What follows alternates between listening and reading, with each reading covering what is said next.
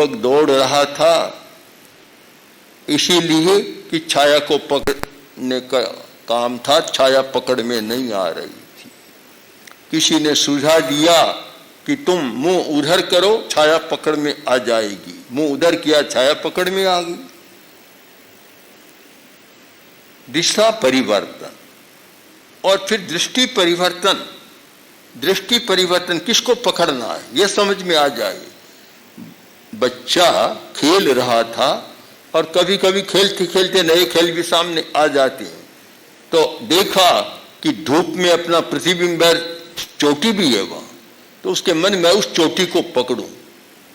खूब दौड़ता है, चोटी आगे सरक जाती है, फिर दौड़ता है, चोटी और आगे सरक जाती है, चोटी हाथ में नहीं आ रही है।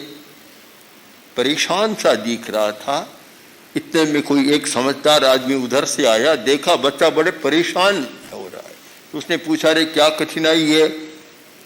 बोला, बाबा कठिनाई यह है कि मैं इस चोटी को पकड़ना चाहता हूं, अब हाथ में नहीं आ रही है।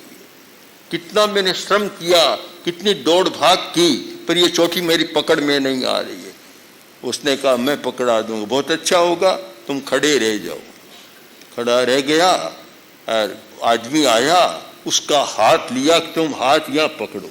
उसी का हाथ कि यहाँ पकड़ो, वहां पकड़ा तो वह चोटी हाथ में पकड़ में आ गई। दृष्टि बदल गई। जब अपने सिर की चोटी को पकड़ा तो प्रतिबिंब की छाया की चोटी पकड़ में आ गई। और जब तक मूल को नहीं पकड़ता, बिंब को नहीं पकड़ता, तो फिर प्रतिबिंब को भी हम पूरा पकड़ नहीं सकते, हमारे हाथ में नहीं आ सकता। तो दृष्टि बदले और व्यवहार बदले। तीसरी बात है व्यवहार बदले। धार्मिक आदमी है, धर्म करता है और फिर उसका व्यवहार नहीं बदलता, तो फिर मानना चाहिए आर्त ध्यान का जीवन जी रहा है, धर्म के नाम पर आर्त ध्यान को पोषण दे रहा है, धर्म ध्यान नहीं कर रहा है, सत्य की खोज नहीं कर रहा है। व्यवहार नहीं बदलता, वही क्रोध का व्यवहार, वही अहंकार पूर्ण व्यवहार, वही छलना प्रवंचना का व्यवहार, सारा व्यवहार जटिल व्यवहार, सरल व्यवहार नहीं।